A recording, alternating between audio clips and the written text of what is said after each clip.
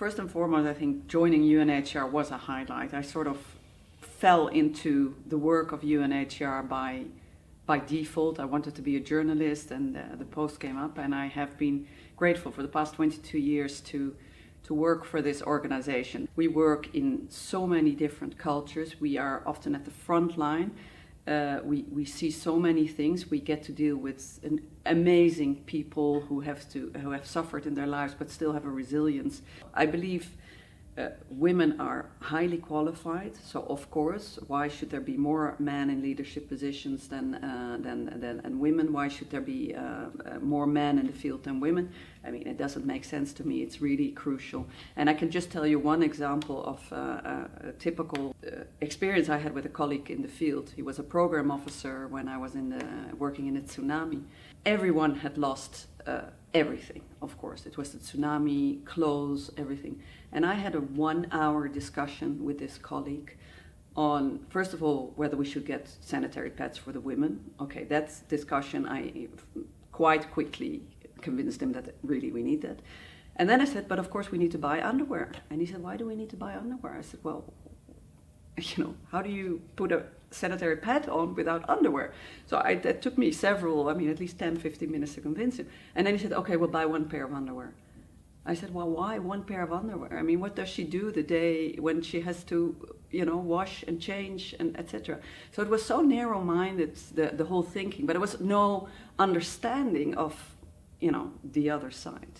Women are still underrepresented in leadership positions. As I mentioned before, UNHCR is it's a strange organization. We work in very difficult situations, and sometimes it might not be the best situation for a woman to work. But nevertheless, we have many other positions where women can be represented at the senior level. And after so many years, it's been an issue on the agenda. We should get it right, and I think we can get it right by, affirmative action, a recruitment at the senior level. At the same time, I also believe we should have really these flexible approaches for those women who have maybe a family, and allow them to work in different ways. From home, flexible hours, I've mentioned it before. Also, I think we should look at career guidance for women. From women and men. It's still not perfect, and it can be much better, and also to guide them on how they can better do their job in the situation that they are, and also maybe in the deep field situation where they are, and deal with specific female related issues that they are confronted with. And given these challenges, why, in your opinion, why do you think innovation, and particularly women innovators, is an important part of this organization?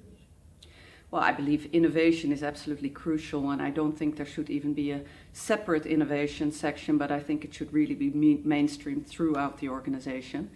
I mean, innovation is, we have to develop with the world that we live in. We have to change, we have to stay up to speed, we have to be efficient and effective. And what is a piece of advice you would give a young woman who is hoping to join the humanitarian sector? Try to get all the experiences.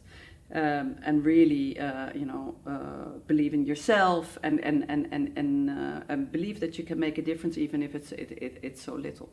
At the same time, I would say also for young women, I mean, you're a woman, you're unique as you are. You don't have to be, you don't have to fight against the men, which sometimes happens. There's still a bias inside and outside, unfortunately.